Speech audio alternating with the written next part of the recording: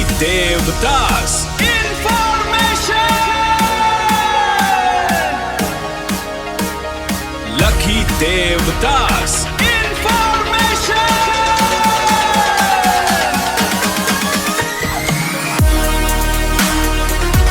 Lucky Devdas Information YouTube চেনেললৈ আপোনালোকক সকলোকে স্বাগতম।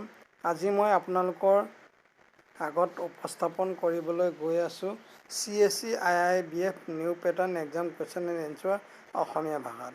এই প্ৰেজেণ্টেশ্যনটো উপস্থাপন কৰিছে লক্ষী দেৱদাস। মোৰ যোগাযোগৰ নাম্বাৰ 9101046197।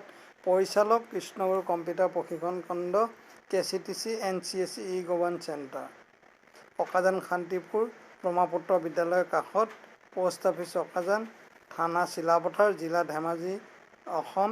ডাকসূচক সংখ্যা 787059।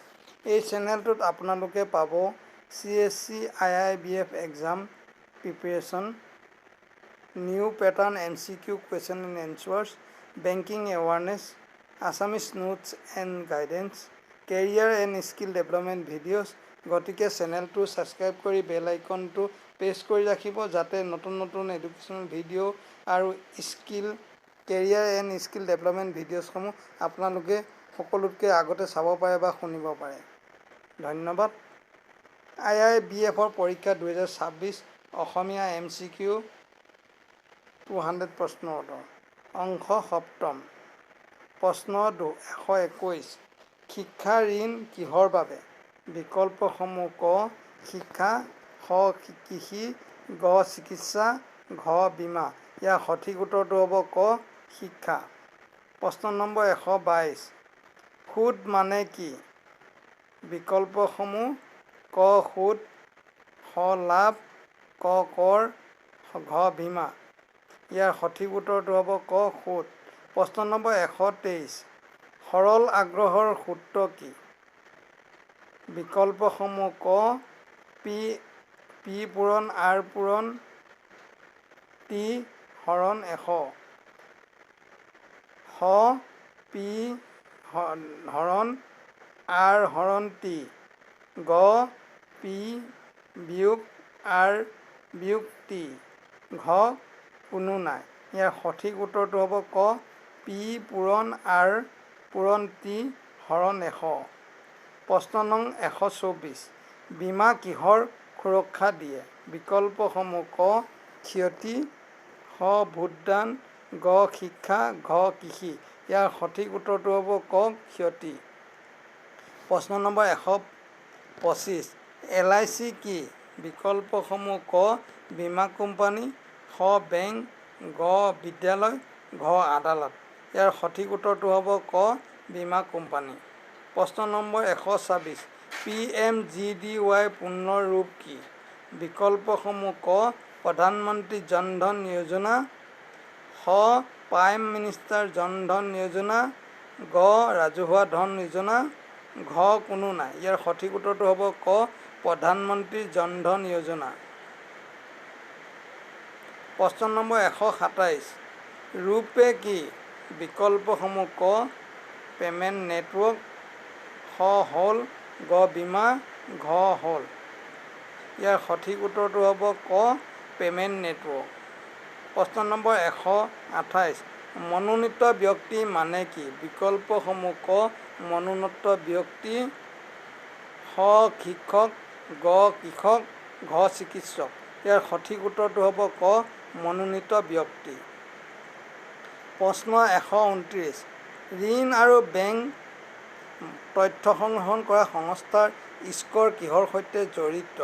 বিকল্পসমূহ ক ঋণ পৰিশোধৰ ইতিহাস, খ ভোটদান, গ চিকিৎসা, ঘ কৃষি। ইয়াৰ সঠিক উত্তৰটো হ'ব ক ঋণ পৰিশোধৰ ইতিহাস। প্ৰশ্ন নম্বৰ 133। OTPৰ পূৰ্ণ ৰূপ কি?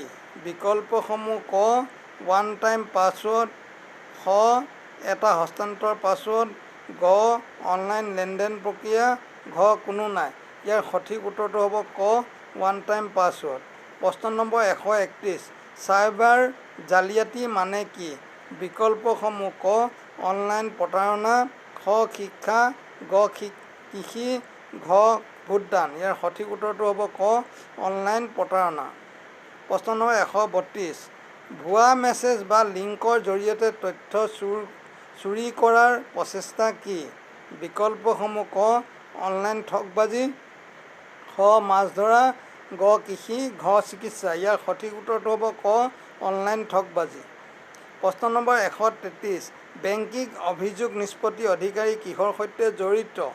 বিকল্পসমূহ ক অভিযোগ নিষ্পত্তি, খ চিকিৎসা, গ শিক্ষা, ঘ কৃষি।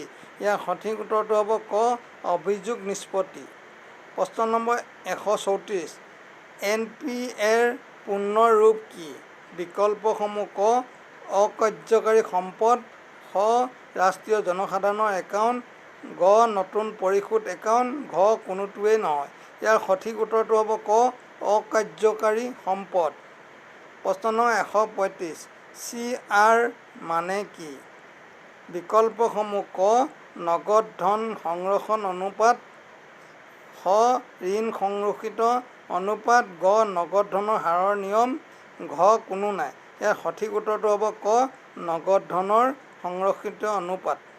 প্ৰশ্ন নম্বৰ 136 SLR-ৰ পূৰ্ণ ৰূপ কি? বিকল্পসমূহ ক বিধিগত লিকুইডিটি অনুপাত, খ ৰাজ্যিক লিকুইডিটি ৰিজাৰ্ভ, গ বিধিগত ঋণৰ অনুপাত, ঘ কোনোৱেই নাই। ইয়াৰ সঠিক উত্তৰটো হ'ব ক বিধিগত লিকুইডিটি অনুপাত। প্ৰশ্ন নম্বৰ 137 ৰুপে ৰেট কোনে নিৰ্ধাৰণ কৰে? বিকল্পসমূহ ক RBI, খ SBI, গ LIC, ঘ নেবাৰ্ড। ইয়াৰ সঠিক উত্তৰটো হ'ব ক RBI। প্ৰশ্ন নম্বৰ 138 মুদ্ৰাস্ফীতি মানে কি? বিকল্পসমূহ ক মূল্য বৃদ্ধি, খ মূল্য হ্ৰাস, গ লাভ, ঘ লোকচান। ইয়াৰ সঠিক উত্তৰটো হ'ব ক মূল্য বৃদ্ধি। প্ৰশ্ন নম্বৰ 139 GDP-ৰ পূৰ্ণ ৰূপ কি? বিকল্পসমূহ ক মুঠ ঘৰুৱা উৎপাদন, খ সাধাৰণ ঘৰুৱা সামগ্ৰী, গ মুঠ উন্নয়ন পৰিকল্পনা, ঘ কোনো নাই। ইয়াৰ সঠিক উত্তৰটো হ'ব ক মুঠ ঘৰুৱা উৎপাদন। প্ৰশ্ন নম্বৰ 140 নেবাৰ্ড মূলত কিহৰ সৈতে জড়িত? বিকল্পসমূহ ক কৃষি, খ চিকিৎসা, গ শিক্ষা, ঘ আদালত। ইয়াৰ সঠিক উত্তৰটো হ'ব ক কৃষি। ভিডিঅ'টো গভীৰভাৱে চোৱাৰ বাবে আন্তৰিক ধন্যবাদ। আপোনালোকৰ মৰম আৰু সমৰ্থনেই আমাৰ প্ৰেৰণা। অষ্টম ছেছনটো অতি সোনকালে আহি আছে। অনুগ্ৰহ কৰি আগন্তুক খণ্ডৰ বাবে অপেক্ষা কৰক। সপোন পূৰণৰ পথত আমি একেলগে আগবাঢ়ি যাম। ধন্যবাদ।